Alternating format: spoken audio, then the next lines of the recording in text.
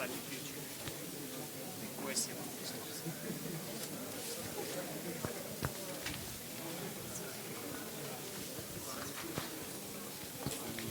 you ready?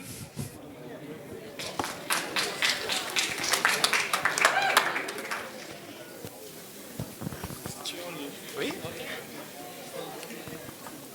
Bonjour. Salam alaikum. Thank you very much, everybody, for coming today. For this presentation, I'm going to go back and forth between English and French. Je vais basculer un petit peu entre les deux. Par hasard, je parle français.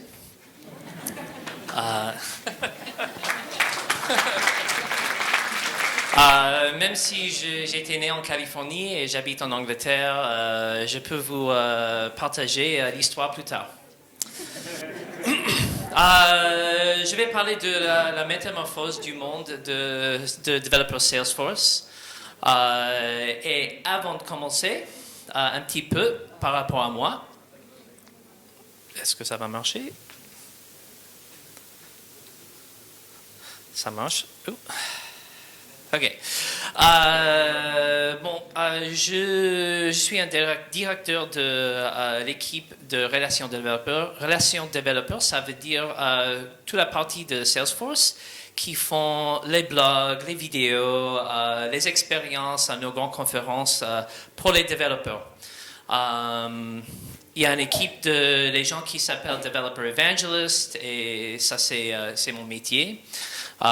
Et nous avons aussi une équipe de Developer Relations et Developer Marketing. Et tout ce que vous voyez sur les sites web de developer.salesforce.com, nos applications, sample apps et tout ça, c'est notre équipe globale qui font ça. Pour moi, c'était un accident que j'ai tombé dans le monde de logiciels. C'était pas mon métier, c'était pas mon éducation, encore une autre histoire pour plus tard. Mais à présent, ça fait 20 ans que j'ai passé dans le monde de logiciels entreprise et 9 ans comme développeur Salesforce. Quand je travaille pas, je passe du temps avec ma famille, un peu de vélo tout-terrain et puis un peu de musique. Et enfin, il faut dire, j'ai des super pouvoirs. Un de ces super pouvoirs, c'est les connexions entre les gens.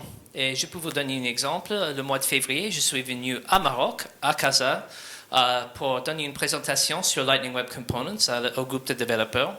Et un certain leader du groupe de développeurs m'a demandé, je voudrais bien me connecter avec Salesforce Maroc. Eh bien, aujourd'hui, je suis très content que Salesforce Maroc sont ici, aux conférences. On a réussi à connecter Hussam avec l'équipe ici dans le pays. Ça me plaît beaucoup. L'autre, c'est que j'ai des bras très longs. Donc, vous allez voir dans mon slide de merci, beaucoup de selfies, parce que j'aime beaucoup faire des selfies. Mais voilà, oui, voilà. Ça marche très bien.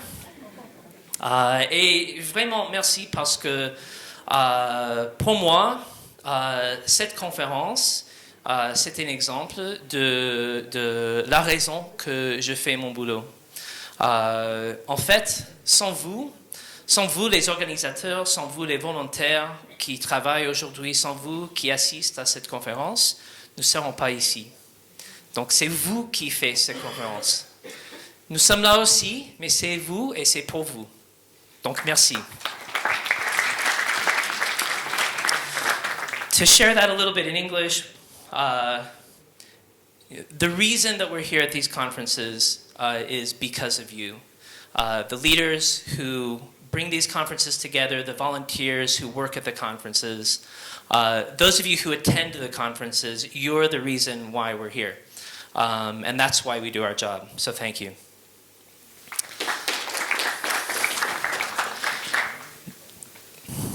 Bon, qu'est-ce qu'on peut prévenir par rapport à cette présentation? Je vais parler pour la plupart sur technologie, ça c'est le keynote developer. Je ne vais pas montrer du code, c'est peut-être quelque chose, normalement pour un keynote developer, une présentation developer, on veut du code, mais je voudrais vous parler aux idées aujourd'hui. Je voudrais parler de vous, la communauté, les personnes qui font le métier de développement Salesforce. Je vais parler de deux petits défis qui existent à mon avis à présent dans la communauté, dans le développement de Salesforce. Et enfin, deux, trois pensées pour finir. Avant ça, le forward-looking statement, simplement dire, please don't make any purchasing decisions based on any forward-looking statements that I may make today. Tout court. Pour parler de technologie, je vais peut-être parler un peu en franglais, parce que parfois les mots m'échappent un petit peu. Mais après avoir passé 20 ans dans le monde de technologie, dans le monde de logiciels entreprise, j'ai des idées et j'ai des observations. Quand j'ai commencé le logiciel d'entreprise, il y avait des choses qu'on faisait quotidien. Ça veut dire que le logiciel d'entreprise devait répondre aux besoins métiers des clients. Il fallait avoir l'intégration et il faut avoir les configurations, les personnalisations, soit en paramétrage, soit en code. Mais en même temps, c'était pas parfait parce que c'était très difficile de savoir si on fait une personnalisation, si on va rester verrouillé dans une certaine mise en jour. Oui, il y avait d'intégration, mais c'était pas toujours standardisé. On peut pas toujours prévoir où nous aurons la bonne moyen d'intégration avec une logiciel à une autre. Oui, on pourrait configurer avec les paramètres, mais en même temps, c'était normalement un modèle propriétaire. Ça veut dire que c'était parfois plus difficile de connaître comment configurer le logiciel que de le faire en code. Et oui, il y avait des API, mais parfois c'était pas ouvert, parfois c'était pas bien documenté, et parfois si on fait des personnalisations, on est encore verrouillé dans la mise en jour, comme je disais. Et pour ces mises en jour, de plus, parfois c'était des mois ou bien des années entre les mises en jour pour les grandes boîtes de logiciels. Donc, quand je suis venu à Salesforce et je rencontrais ce qui s'appelait Force.com à l'époque,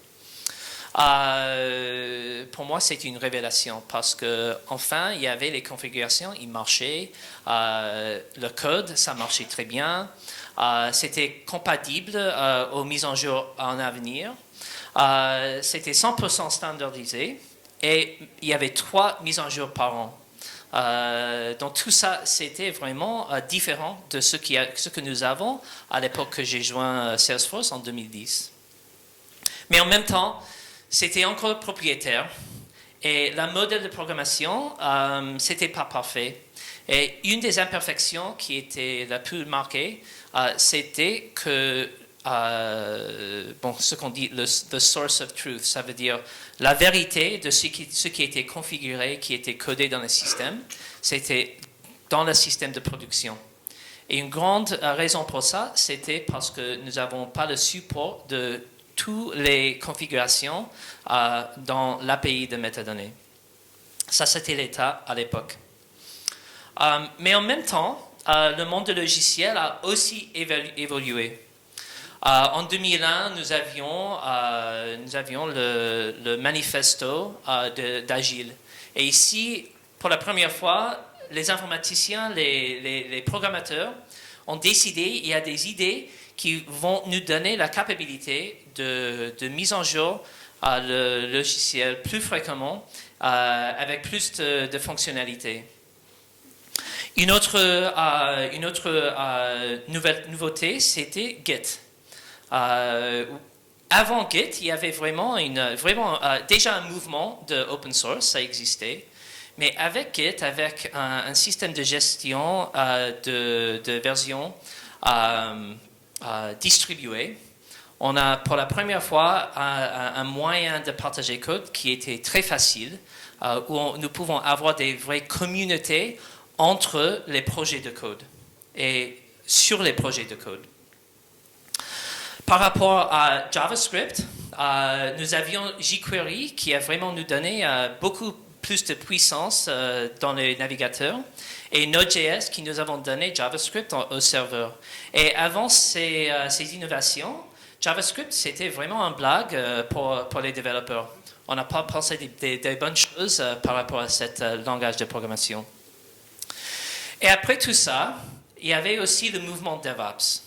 Et avant le mouvement DevOps, il y avait vraiment une lutte contre les ingénieurs, les programmateurs et les ingénieurs de système.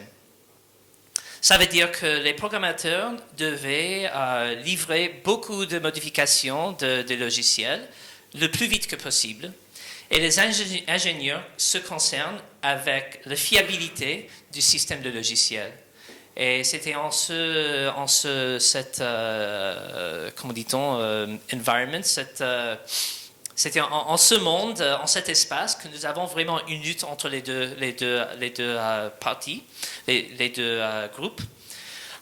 Et après DevOps, on a mis en place des pratiques où on pourrait livrer, on peut minifier le temps entre mettre le code dans le système de gestion de code et mettre le code en production avec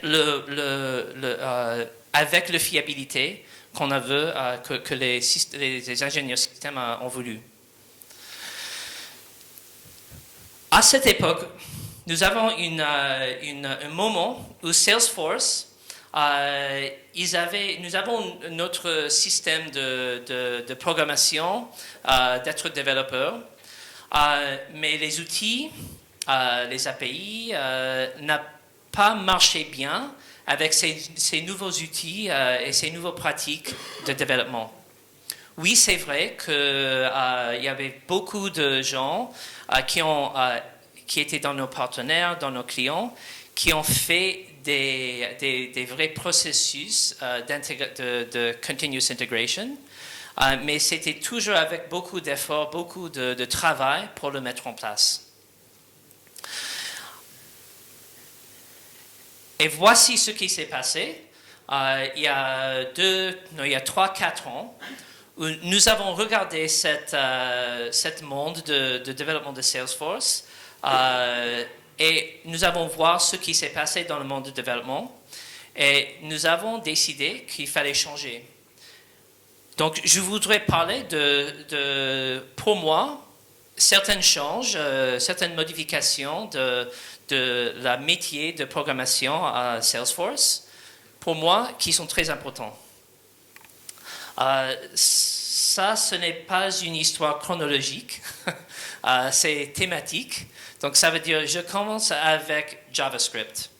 Parce qu'en 2014, nous avons relancé Lightning Component Framework. Ça, c'était la mise en place du projet de open source Aura sur la plateforme Salesforce. Et puis, juste après ça, nous avons mis en place le Lightning Experience. Donc, pour la première fois, nous avions un moyen de modifier l'interface qui était en JavaScript à côté client et qui correspond à ce qui s'est passé dans le monde de développement web à cette époque. C'est vrai que c'était notre système, notre framework propriétaire, mais à cette époque aussi, il n'y avait pas vraiment un moyen d'avoir un framework quand même. Donc ça veut dire il y avait Angular, il y avait Ember, il y avait Backbone. Donc chacun a répondu à la problème de JavaScript côté client à un moyen différent. Nous aussi.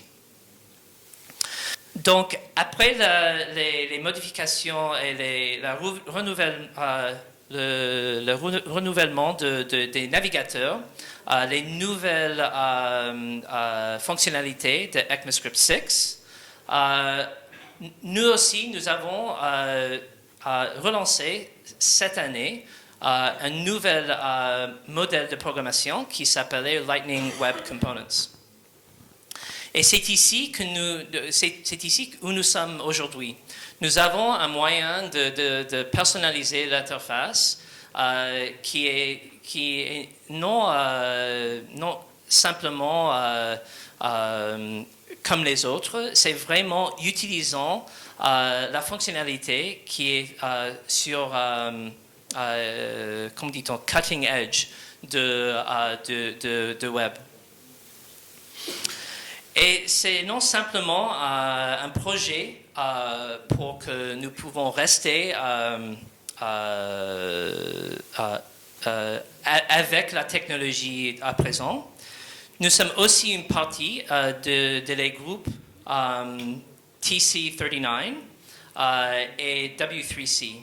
Donc ça veut dire c'est Salesforce à présent. Nous utilisons les technologies courantes et nous sommes en train d'influencer la technologie dans une direction qui va correspondre aux technologies de logiciels d'entreprise. Et enfin, cette année, nous avons aussi lancé le projet Lightning Web Components Open Source. Et ça, c'est plus qu'un projet pour que vous pouvez voir le code que nous avons dans le système. Nous voulons vraiment que la communauté développe et commence à aussi contribuer à ce projet. Côté langage, côté serveur, je voudrais dire deux petites choses aussi. Notre langage de programmation au serveur s'appelle Apex. Vous le connaissez bien, je suppose. En 2017, nous avons relancé une nouvelle compiler. Depuis des années, il y avait certaines fonctionnalités de langage que nous ne pouvons pas mettre en place à cause des limites de l'ancien compiler. Et nous avons mis en place pour que nous pouvons commencer de mettre des nouvelles fonctionnalités. Et on a vu depuis les dernières 2 années une évolution de Apex et des nouvelles fonctionnalités qui nous rend beaucoup plus de capacités pour faire la programmation à côté serveur.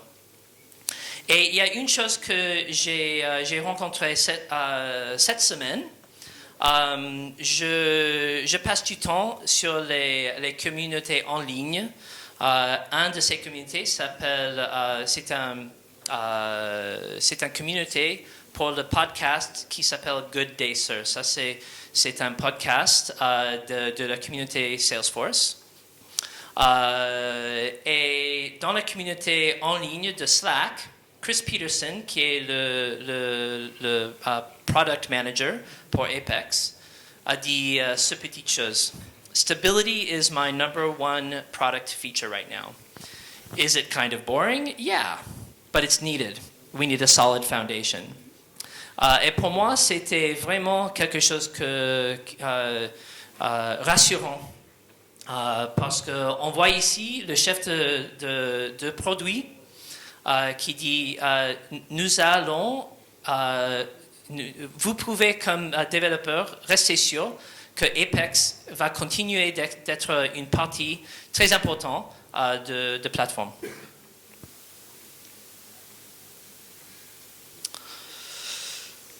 Bon, les outils. En 2016, nous avons lancé beaucoup de fonctionnalités qui est une partie du projet qui s'appelait Salesforce DX. En fait, Salesforce DX, ce n'est pas un produit ou une fonctionnalité. C'est beaucoup d'outils, c'est des renouvellements de certaines API. Et pour moi, la plus importante partie de ça, c'est le Command Line Interface de Salesforce. Ici, c'est un très bon moyen de se connecter à une organisation, de faire des configurations, même de regarder qu'est-ce qui se passe dans l'organisation. Par exemple, si je voudrais savoir les limites d'une organisation, j'ai deux possibilités aujourd'hui. Une possibilité, c'est peut-être que j'ouvre mon indicateur, je login, je vais dans le setup pour voir quelles sont les limites de mon organisation. Ou bien il y a un rapport aussi. Mais en même temps, je peux aussi utiliser une commande pour voir quel est l'état de mes API, de l'utilisation de mes API à présent. Et pour faire ça, il y a simplement une ligne il faut saisir dans le command line, dans le terminal, pour arriver à savoir cette information. Donc, c'est un outil très puissant pour la gestion des projets, pour savoir ce qui se passe dans l'organisation, pour la gestion aussi des organisations Scratch et des organisations Sandbox. Donc, pour moi, l'outil le plus important pour un développeur aujourd'hui, même si vous n'utilisez pas le Scratch.org, même si vous n'utilisez pas Continuous Integration, c'est le Command Line. Juste après ça, peut-être c'est Visual Studio Code, parce que nous sommes développeurs, on édite du code. Et Visual Studio Code, pour moi, c'est super d'être une partie d'un projet qui est si grand dans le monde de développement en général. Et juste pour illustrer, je suis allé, il y a une enquête que GitHub fait tous les années qui s'appelle State of the Octaverse. Et ici, ils regardent quels sont les chiffres des projets, les chiffres des personnes qui utilisent GitHub. Et le projet avec le plus grand nombre de contributeurs, c'est Visual Studio Code. Et je ne sais pas ce que vous pensez, mais pour moi, savoir que mon outil a 19 000 de développeurs qui sont en train de le mettre à jour, ça me donne de confiance.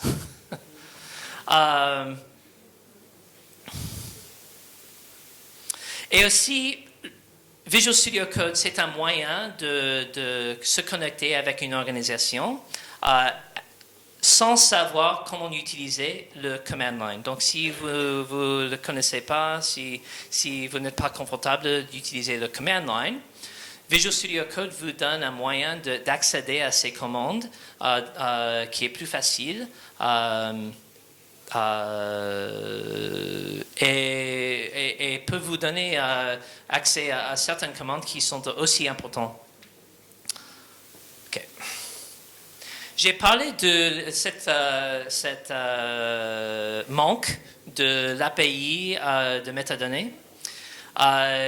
Un des projets qui était une partie de Salesforce TX, c'est le projet de mettre à jour l'API de métadonnées. Et c'est difficile parce que il y a toujours des nouvelles fonctionnalités qui viennent dans la plateforme. Ça veut dire qu'il faut toujours le mettre en jour avec les nouvelles fonctionnalités pour supporter les nouvelles configurations. Mais en même temps, nous avons un très bon programme à présent pour que les équipes des ingénieurs à Salesforce, les équipes de produits, font beaucoup mieux de garder leur fonctionnalité et de le mettre dans la fonctionnalité de l'API de métadonnées. Même nous avons les meilleurs outils pour savoir quelles sont les fonctionnalités qui sont supportées ou pas dans chaque moyen d'accéder à l'API de métadonnées.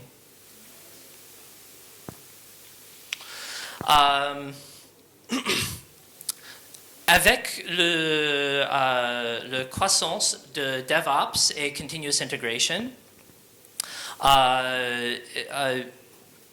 Salesforce DX vous donne aussi un moyen d'utiliser ces pratiques qui est plus facile qu'avant. Et c'est non simplement que les outils supportent un processus de continuous integration, c'est plutôt que nous avons mis cette fonctionnalité dans les outils, mais en même temps, nous avons vous donné des exemples comment utiliser ces outils dans un moyen de continuous integration. Donc ici, j'ai mis un lien pour cette blog. C'était fait par Claire Bianchi. Elle est le Product Manager de Salesforce Command Line. Et dedans, on peut trouver plusieurs liens à des des repositoires GitHub qui peuvent vous donner des exemples de comment utiliser les outils de Salesforce DX avec Continuous Integration de Circle CI, Travis CI, Jenkins ou quoi que ce soit. Donc, si vous avez besoin de mettre en place un processus de Continuous Integration, vous pouvez vous servir de ces projets ici pour y arriver. Et encore plus que ça, mon équipe, l'équipe de Developer Evangelism, nous avons depuis les dernières 18 mois, 2 années, mettre en place des projets de Sample Applications. Ce sont des applications qui utilisent les fonctionnalités mises en jour aux mises en jour de présent. Ça veut dire nous avons juste la semaine passée fait un processus de mise en jour de tous les projets à Winter 20 et à l'API 47. Et comme ça, vous avez des projets qui ont du code, qui aussi suivent les bonnes pratiques de Continuous Integration. Nous avons choisi d'utiliser Circle CI, mais c'est une bonne opportunité de voir comment est-ce qu'on peut faire pour organiser un projet de Salesforce. J'ai déjà parlé de open source 2-3 fois. Et maintenant, je voudrais arriver au point que open source, c'est vraiment quelque chose que je voudrais que notre communauté de développeurs, je voudrais bien comment dit-on, nourrir une communauté de développeurs qui contribuent à open source. Qui sont les développeurs ici aujourd'hui qui ont déjà contribué à un projet open source qui n'est pas le sien? Le sien. Hein?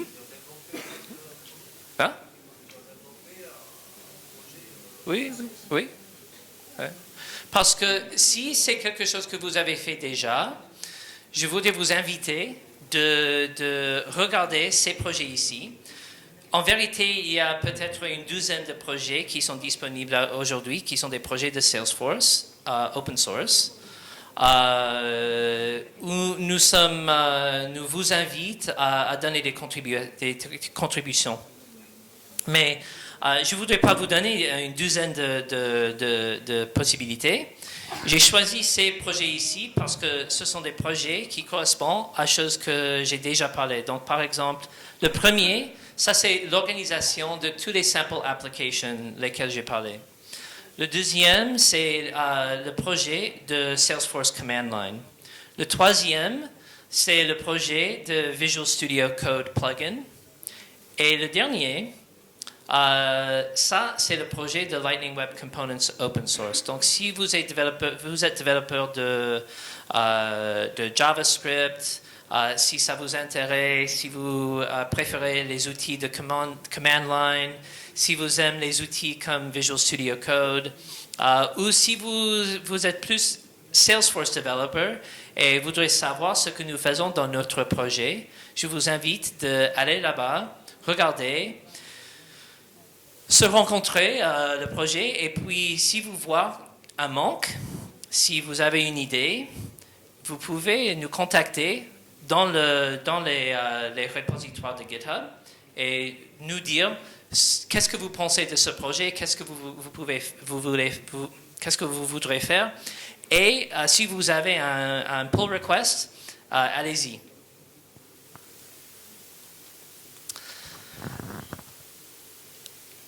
La dernière chose duquel je voudrais parler, c'est l'idée de no-code. Et ici, je vais basculer en anglais un petit peu, parce que je crois que je peux m'exprimer un petit peu mieux. So this is a quote from a podcast called Software Engineering Daily. And the person who made this quote is the founder, he's a developer, and he's also the creator of something called Webflow, which is a no-code tool to build websites and web applications. Now, we might read this, those of us who have been in the Salesforce ecosystem, and not think much of this, because if you read this, that's the shift I see no-code taking us to. How do we get more than 20 million people building software? 20 million is the number of developers in the world today, globally. How do we get to 1 billion people? Imaginez 1 milliard de développeurs dans le monde. And like I said, this isn't necessarily something that's new to us in the Salesforce world. 3 years ago, Mark Benioff said there are 20 million software developers in the world today. Probably we need 100 million developers to meet the market demand. That's for Salesforce developers. There's a huge demand gap. And then my big boss, Sarah Franklin, she leads all of Team Trailhead and platform at Salesforce. She said this last year: the companies that expand the number of people involved in creating powerful apps based on the right division of labor are going to win the race to making data and analytics useful in their business. And what she was talking about is opening up developer tools to non-coders. And so I come back to this quote here. Why was this remarkable to me? For me, because it was the first time I saw 2 engineers, Vlad Magdalin, the founder of Webflow, and the presenter of the software engineering podcast, agreeing that no code is a viable way forward for developing software in the future, and in the very near future, in fact. And to me, that's something very different. When I have spoken about, or I've heard Salesforce employees speak about no code as a way to build software, I have often encountered skepticism. So to hear 2 software developers who have nothing to do with the Salesforce ecosystem endorse this model, to me that says a lot. Ok. Je viens à vous. Nous avons beaucoup de choses qui nous intéressent dans le monde de relations développeurs. Une chose, c'est où sont les développeurs aujourd'hui, parce que nous voulons savoir que nous vous donnons des bons outils, des bonnes documentations, des bonnes ressources pour réussir à être développeur. L'autre, c'est où seront les prochains développeurs dans notre écosystème. Ces 2 graphiques illustrent où sont les développeurs aujourd'hui. À gauche, nous avons encore State of the Octaverse, ça vient de GitHub. Donc, les 10 plus grands pays par rapport à contributeurs à GitHub. Et depuis les derniers 5 ans, ça a changé un petit peu, mais les 10 plus grands sont pareils, sont les mêmes. Et à gauche, on voit les visites mensuelles à Stack Overflow sur une bonne carte. Donc, ça peut nous dire où sont les développeurs, les grandes parties des développeurs aujourd'hui, mais ça ne disons pas où seront les développeurs demain. On peut voir une autre graphique de State of the Octaverse pour voir ce qui se passe pour les 10 plus grands pays par rapport à la croissance de développement et des contributeurs à GitHub. Et on voit bien, il y a 2 pays africains, Égypte et Nigerie. Et si on va encore plus dans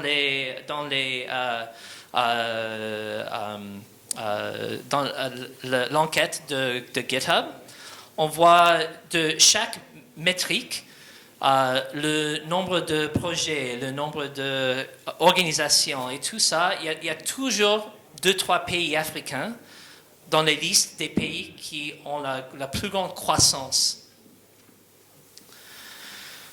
Après avoir rencontré ces informations, ça m'intéressait beaucoup, surtout parce que j'étais en train de préparer pour donner le keynote à North Africa Dreaming. Et j'ai fait un petit peu plus de recherche pour m'éduquer un petit peu. En Afrique, il y a 1,3 milliard de personnes. 39 des Africains sont en ligne. En fait, ça c'est la moitié si on fait la comparaison entre les Amériques ou entre Afrique et Europe. Ça veut dire qu'il y a 800 millions de personnes qui n'ont pas encore touché l'Internet en Afrique. Et si on voit plus, Afrique, ça fait 17% de la population globale, mais 11% de la population des utilisateurs Internet. Et si je vois tout ça, ça me dit qu'il y a une opportunité gigantesque en Afrique par rapport à la technologie. J'ai fait un cours de recherche et j'ai commencé à rencontrer des informations sur les technologies qui sont créées en Afrique, exportées au monde. Cet exemple-là, c'est une technologie pour laisser les gens qui sont dans les parties des pays qui sont très loin d'Internet, pour leur donner accès à l'Internet. Et ce qui est frappant, c'est qu'on a exporté cette technologie à un pays grand, les États-Unis, pour donner l'accès à l'Internet à certaines populations qui n'avaient pas l'accès à présent. Wisconsin, c'est l'État de la famille de ma femme. Donc, la technologie d'Afrique, c'est en train d'améliorer le monde. Et juste la semaine passée, il y avait une conférence qui s'est passée, qui déroulait en même temps en Kenya et Nigerie. C'était une conférence sur place et en ligne en même temps, où les technologistes, les informaticiens, les développeurs allaient présenter. Et tout était émis sur YouTube. Donc, il y avait un live stream du conférence. Et ici, on voit l'Afrique qui est en train de partager leur expérience technologique avec le monde dans un moyen qui peut marcher pour l'Afrique, parce que une autre chose que j'ai commencé à me rendre compte, c'est que c'est très difficile plutôt des pays en Afrique, d'avoir un visa pour visiter les pays d'outre-mer, les pays étrangers. Et qu'est-ce qu'on peut dire par rapport à la communauté Salesforce en Afrique? Et ici, c'est pas facile parce que normalement, nous ne mettrons pas en public notre chiffre de combien de groupes de développeurs qui sont dans un pays ou un autre. Mais heureusement, nous avons le site web de trailblazercommunitygroups.com. Et avec un simple filtre et un peu de screen scraping, c'est pas difficile de commencer à savoir combien de groupes de Trailblazer existent aujourd'hui en Afrique par rapport à toute EMEA. Parce que c'est ça qui m'intéressait. Et ça m'intéressait parce que quand j'ai commencé mon boulot de relation développeur, je me souviens bien regarder la carte de groupe de communauté avec peut-être 1 ou 2 marqueurs sur le continent d'Afrique. Et ce que j'ai trouvé, c'est que un quart des groupes de EMEA, ça veut dire tous les groupes en Europe, en Moyen-Orient et en Afrique, sont ici en Afrique. Donc, Afrique, c'est en train de créer des technologies, d'innover dans une façon où tout le monde est en train de bénéficier. L'Afrique, c'est une communauté qui veut partager ce qu'il sait et leur métier au monde. Et l'Afrique, au monde de communauté Salesforce, c'est une communauté qui est en train de grandir et de vraiment prendre leur place dans la communauté globale de Salesforce. Bon, très vite, je voudrais partager, à mon avis, quels sont 2 petits défis qui existent pour les développeurs Salesforce. Un, c'est qu'est-ce qu'on fait par rapport à l'interface utilisateur. On a eu 10 ans de Visual Force avant Aura, on a eu 4 ans de Aura avant Lightning Web Components. Et c'est vrai que c'est vraiment un défi pour vous, et c'est un défi pour nous de mettre en place les bonnes pratiques et des documentations pour que vous pouvez réussir. Et je crois que c'est quelque chose, c'est un travail que nous devons faire tous ensemble. C'est une raison que nous avons ces applications de Sample Apps et nous sommes en train de regarder quels sont les autres Sample Apps qu'il faut mettre en place.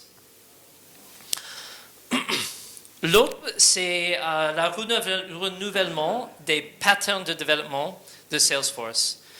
Il y a beaucoup de, j'ai pas vraiment parlé de ça, mais il y a beaucoup d'innovations sur la plateforme par rapport à Apex,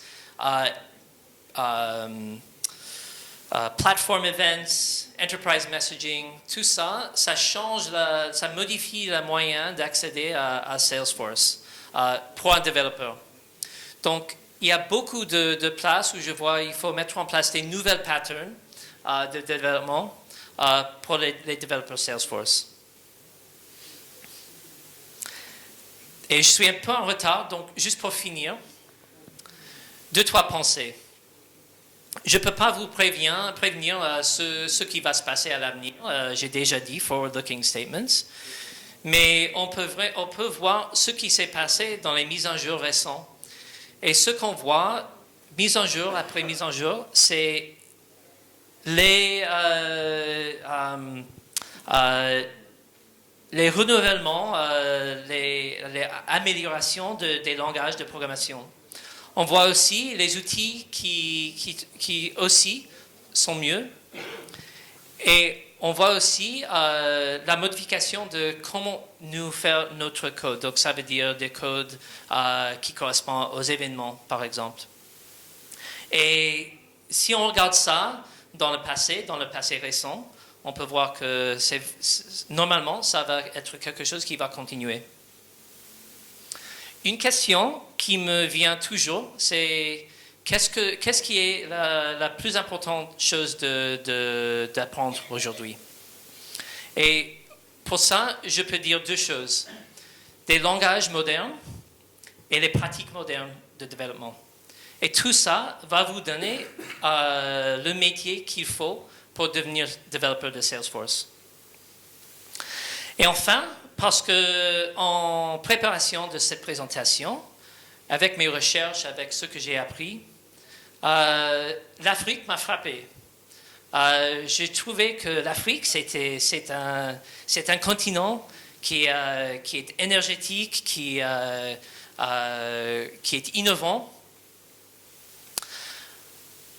On voit la communauté qui est en train de grandir.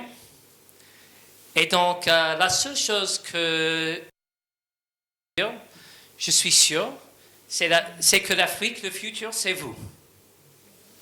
Et avec ça, je finis. Merci.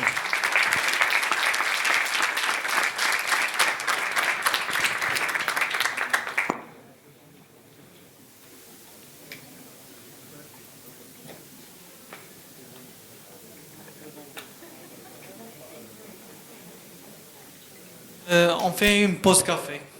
Break time.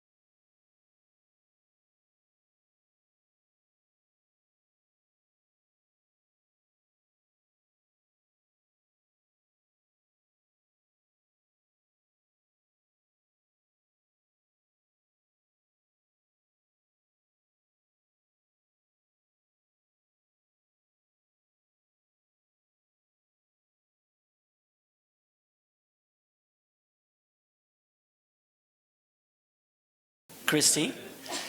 And after that, we will have a non-profit association, Light Force, just after, before you leave. Nine people, we will go back with the voucher. So, good luck, everybody. Thank you. Hi, come on in, sit down. Thank you for joining us. Nice to see you. So, hi everybody. I'm really excited to be here with you today, and thank you very much for having me. I love community, and I've been looking after community for a really long time. But in all my years of looking after, interacting with, and managing community, I've never seen anything like the Salesforce community. Specifically, I've never seen so many people use their common love of a software company to make change happen. And the Salesforce community are really different in that they help one another, they support one another, and they build programs and infrastructure to support the change that they want to make. They take small steps which have really big impact. There's an African proverb which says, if you want to go fast, go alone. But if you want to go further, go together. And this is what the Salesforce community believes, that by working together, you can reach great new heights. So I want to tell you about the Salesforce community, and I want to inspire you to make change happen. Change that will support you, your career, your organization, your professional development, maybe even your family. Change that will empower you and also give you new opportunities. Because I believe in small steps, and I believe in community, and I believe you can accomplish anything that you set your mind to, especially if you do it together. So before I begin, I just want to thank each and every one of you for being here. You've taken time out of your personal and your professional lives, and you've parked the kids and the pets with a sitter, and you've traveled to this place to be here so that you can learn and grow and share and be inspired. And I just hope that I can inspire you as much as you've inspired me. So I want to tell you a little bit about myself. I am the director of EMEA Developer Marketing.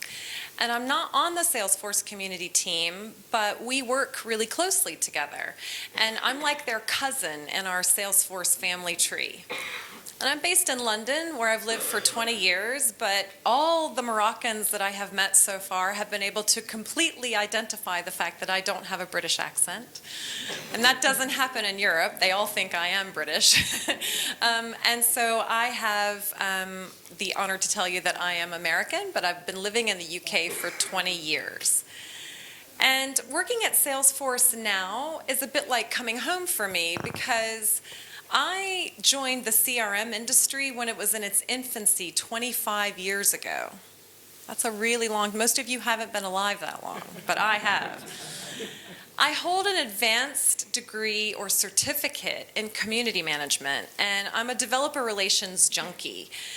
Essentially, it means that I love to bring together my two focus areas of developers and community in the same space, and that's what I do for a living.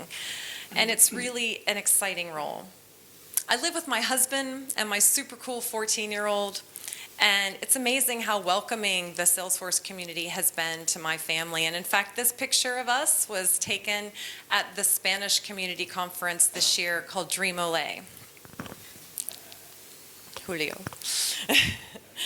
So now let's talk about the Salesforce community. And first, the most important thing to say is that I'm not the only person at Salesforce who recognizes the impact and the value of our community. Every single person at our company, all 35,000 of us around the world, know and appreciate our community.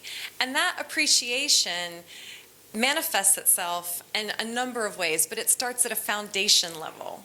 For example, did you know that when you visit a Salesforce office, we don't have pictures of our employees or our products on the walls? We have pictures of our community. Community having fun, community learning, community giving back. I've been in the IT industry for 27 years, and I've never seen that before. And it just goes to show you how much we love our community. And we celebrate you because you inspire us. Our Chief Product Officer, Brett Taylor, says it best when he says that our community is our driving force. I mentioned to you earlier that I have an advanced certificate in community management. And as part of my coursework, I studied other technology communities. And so I have an actual piece of paper which says that it's okay for me to say this. I've never seen anything like the Salesforce community. You're completely unique. The Salesforce community likes to meet up, to learn, to have fun. They're supportive of one another, and they have an unparalleled passion and loyalty for each other. The community didn't start because Salesforce wanted it to. It started because the community created themselves. They saw a gap, and they understood that they would be better together, and that they could make that change happen. The results of their efforts are just staggering. I'll share some numbers with you as I go along, but for now I just wanted to show you these pictures, which show you how our community is fun, they're supportive, and they're unique. I mean, I've never worked for a software company where its community members loved it so much that they actually got tattoos. Oh. Could I get some, the HDMI seems to have crapped out. It's coming back. Great. All right, bear with me, everybody. Hold that thought.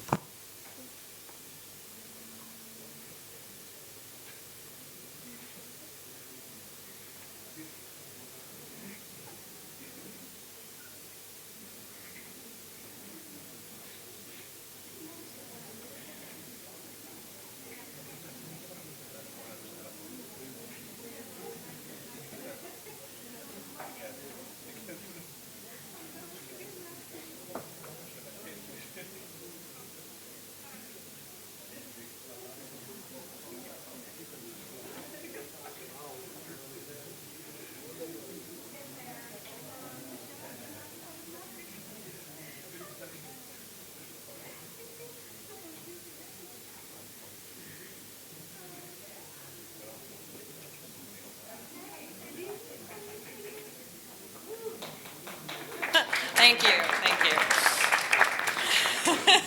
Now let me go back a few. Okay, so I've never seen a community that actually, where its members went out and got tattoos of the company logo. But that's what happens at Salesforce. Did it happen again? It happened again. It's the tattoo. It doesn't like the tattoo. Maybe it's the HDMI cable. It's just messing with me now. All right, so.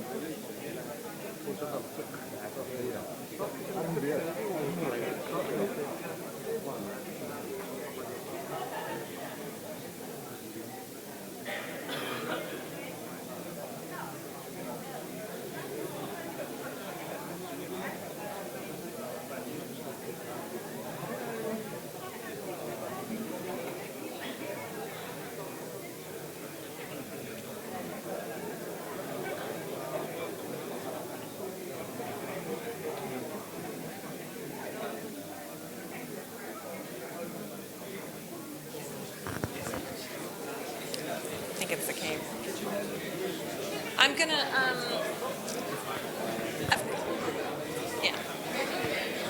Okay, everybody. Sorry for the technical issues.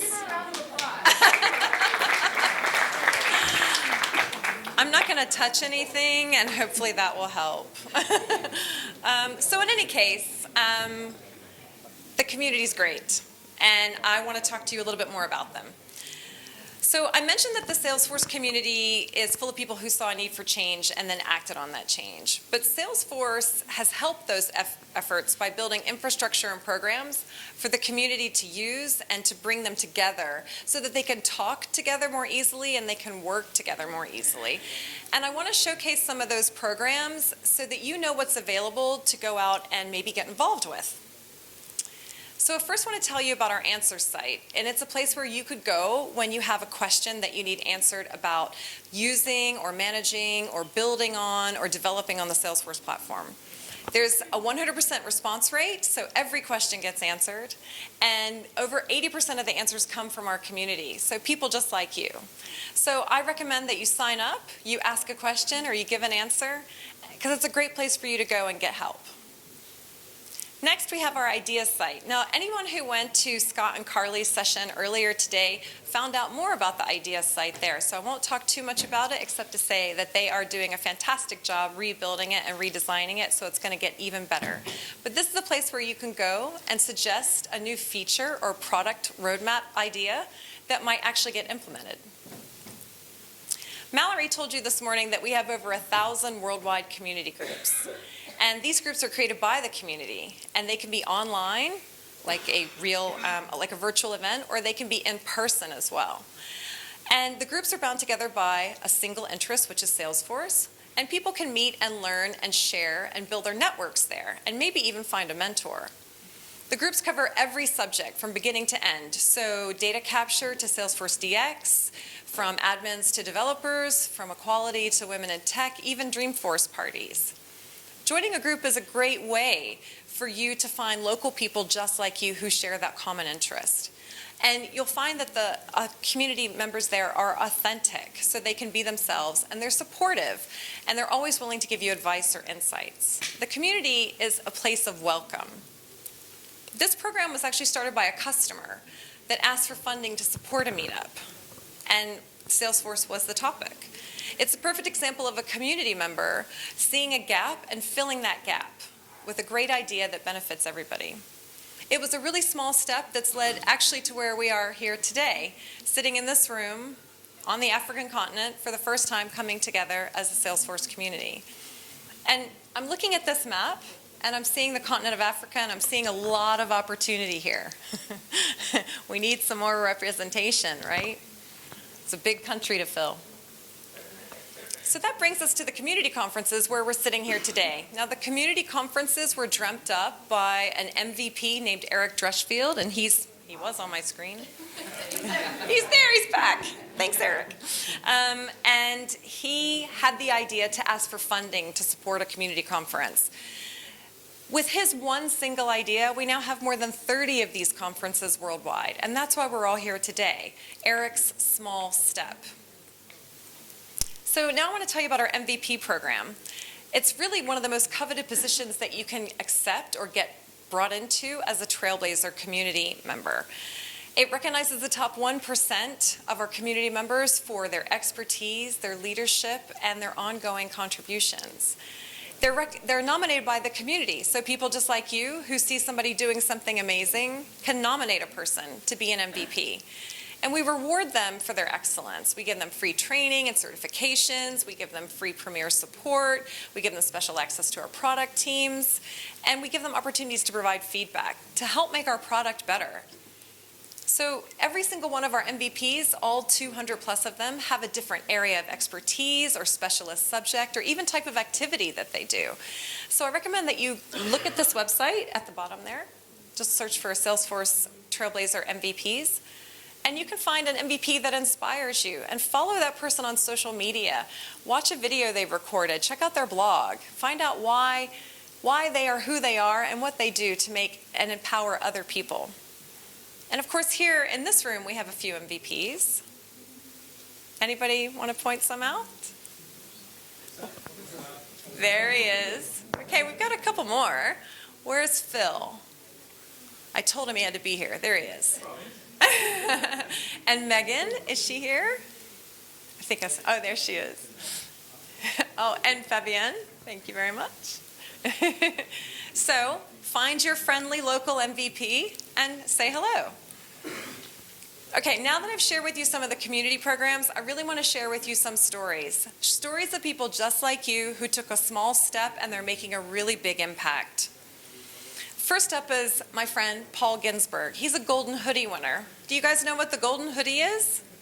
Some of you do. So it's this really special program that only certain people get for going above and beyond the call of duty. They do something even more special than what an MVP has done. I know it's hard to believe that that could be possible. But let me just tell you a little bit about Paul's story. Paul is from the UK, and he moved or relocated to Amsterdam.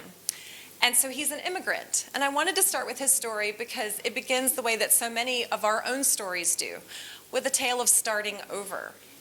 So Paul loved to help people. He started his career off in IT support, and a friend asked him to help him build some reports in Salesforce over a weekend. And the friend was so impressed by Paul's abilities with Salesforce when he didn't even know that much about the platform that he asked Paul to come and work for him full-time as an admin for his own clients. And during that time, Paul then eventually went to the very first London admin user group meetup. Now that was the very first admin group meetup ever, and it was in London. It was 5 years ago. Check them out on Twitter. They just had their 5th birthday. And at that particular event, he found a lot of people just like him, and he thought that he could really be himself there, and he was very instantly comfortable. In 2014 or 2017, Paul moved to Amsterdam. And when he was moving over to Amsterdam, he immediately wanted to connect with his new community. But unfortunately, there wasn't a new community. There was no officially recognized Salesforce community group. And so Paul, through the work of meetup.com and some by luck and some by meeting other people, he gathered together the people who were in the Salesforce ecosystem there, and they created the very first Salesforce community group that is officially recognized by Salesforce. And they meet up.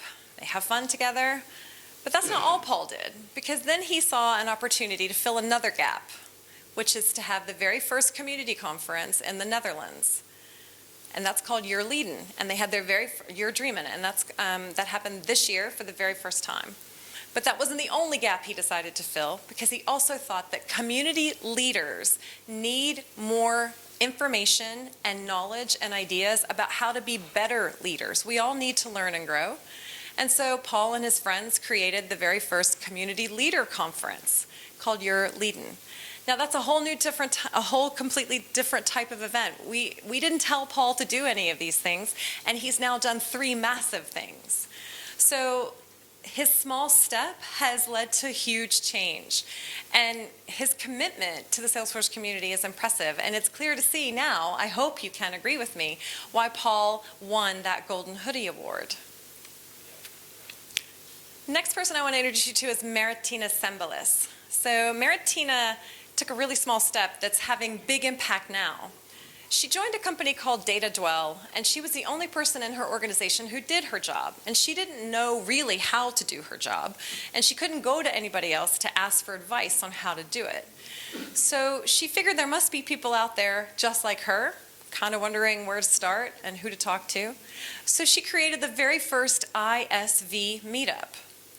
Now, that was in March of this year, quickly followed by the very first Techno Jam. So a Techno Jam is where ISVs come together and they pitch their product to get product feedback from the audience, from a technical audience, so that they can improve their product. Now, that's a remarkable feat for a young lady who just had an idea to want to do her job better. But it actually gets even better, because now Maritina has been asked to deliver the very first ISV Techno Jam at Dreamforce this year. Now, Blazer, right? And obviously I want to tell you about my friend Hussam. Hussam saw a big gap in his region. And this year alone, he's organized, and I'm quoting from an old LinkedIn post, so please forgive me if my numbers are outdated. 8 Salesforce meetups in 3 cities in Morocco, Rabat, Casablanca, and Marrakesh. And each has attracted upwards of 100 people to their events. A lot of community conferences don't get that many people attending. He's spoken at developer group meetups in France, and of course he also said about creating what we're in today. Now he had help. I'm not saying he didn't. He has got a great team behind him. But not only did he do all of this, but he's still running around the world making an impact. He's presented in Senegal to the first Salesforce developer group there. Did you guys know that? I just found out last night. That's amazing. He's going to Cairo, right?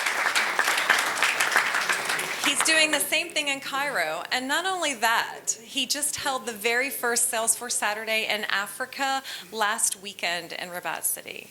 So Hussam, you're the man. You're the man.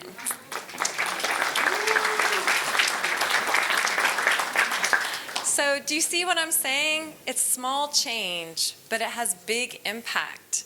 And I just want to take a moment to go off script because the timing's blown anyway, to say I met a young lady today. She stood up in Mallory's presentation and she said she was thinking about having the very first Tangier meetup group. And she said, but I'm scared to do it. She told me that later. And I just want to say, with great risk, with great opportunity comes great things. You don't know unless you try. And if you're thinking about it, probably somebody else is wishing that somebody would do something about it. So why not do it?